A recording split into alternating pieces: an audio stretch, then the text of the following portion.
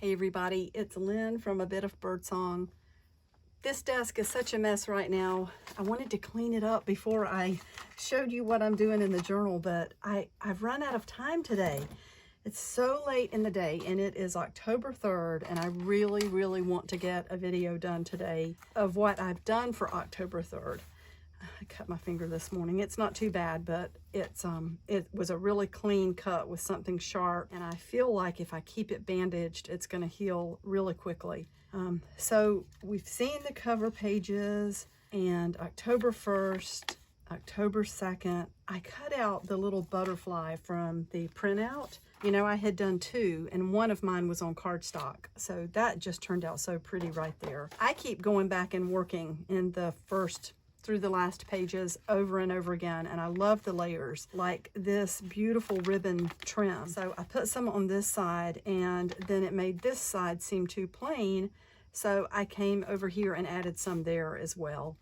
Now here we are on October 3rd, and I want to tell you, if I don't have time to draw a picture of a face, that can sometimes take a little while, I love these Jane Davenport stamps. I might have a link to those in my description, but also I'm an affiliate with Spellbinders Paper Arts, and they're having a big sale on all their Jane Davenport stuff. So I'm going to put a link to that as well. And they do have these stamps. I was tempted to buy a second set because I like them so much. Oh my goodness, I could just talk and talk and talk. I'm learning so much more, and I have come across so many beautiful things. I think we've seen most of this, except maybe the little butterflies, this, I can't remember. There's that trim glued into place. And then here, I had some really beautiful stickers. These go back a ways. Where did I see the name on these? Oh my goodness, have I lost it? Oh, here, no, this is the set that I used some. 2007 by the Paper Studio. So I put some of those on here, and I added some die-cut butterflies. Did we see those? Maybe you hadn't seen those. I put one behind the skull. There's one there. This journal is going to be so beautiful, and I promise by the time it's the end of October and I do a full flip through, I will have the desk cleaned up and prepared for a proper flip through. I do love this. The stickers, I drew sort of a crown, and I wrote, Morgan of Avalon, powerful healer who lives with her 8 sisters on the island of apples. And that is what it was referred to all the way back in 1150 by Geoffrey of Monmouth. He referred to it as the Island of Apples. Lucky for me, in my stamps that I keep up here, I had a set of 3 stamps, 1-cent stamps that are all apples, and that was perfect. So I put that there, distressed it a little bit. There's my date. I cut out the second circle, just like this one, and this is John William Waterhouse, one of my very favorite painters. There is the little strip that I made. It looks like a film strip, which doesn't tie into the time at all, but you know, we have to have something whimsical.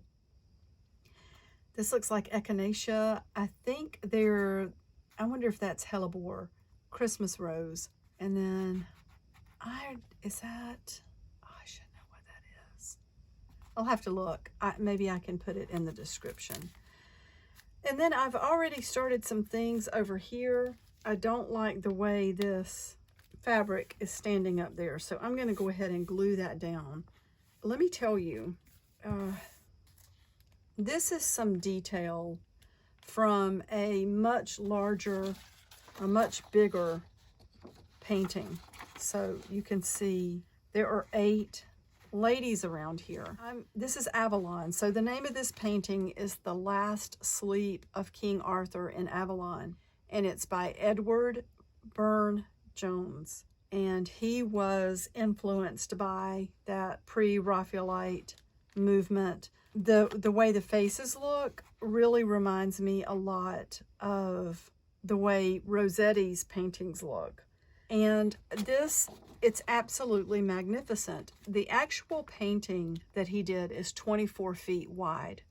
So think about that. That's like twice the length of, you know, a room that's got 10 to 12 feet across a wall. It would hang on a huge wall. He spent 17 years painting on this, off and on. It was commissioned by someone who was a patron of his, and people say, like even at the time, those who were left behind who loved him and knew him after he died, and he didn't feel like he was finished with it when he died. People said that this basically became his life, this painting, and he ended up canceling the commission because he had gotten so involved in it. And that sounds like all the more reason to keep the commission, but I can understand what is meant by that. I think it turned into pretty much a passion to finish this, and the patron continued to support him.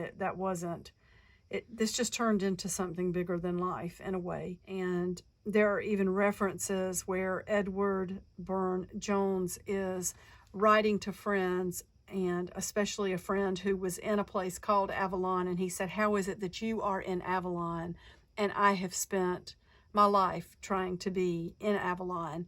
And he said, "How does King Arthur sleep, by the way?" Or something like that. I'm paraphrasing. But here's King Arthur. I count 8 ladies, which are, to me, that would represent some of the sisters of Avalon, but I wonder where Morgan is, unless one of these is Morgan. Anyway, I'm kind of getting into some thoughts for October 4th, which I'm going to work on this spread more tomorrow. And we'll come back to this. That's from Jane Austen. But I did feel like it's pretty interesting that she's looking over at this. And you know, King Arthur, Morgan, Merlin, Mordred, all of these people, these characters that basically came from the minds of men, have lived through 1,000 years. The movies, the books, the articles, the paintings that have been inspired by these characters have lived on century after century after century. So they're powerful. There was power in this first story that was told. It's so late. I'm sorry it's so late, but I did make it. I made it, and I did work in this morning. So thank you all for being here so very much. I hope everyone has a good night or morning or whenever you see this. I will be back really soon. Bye for now.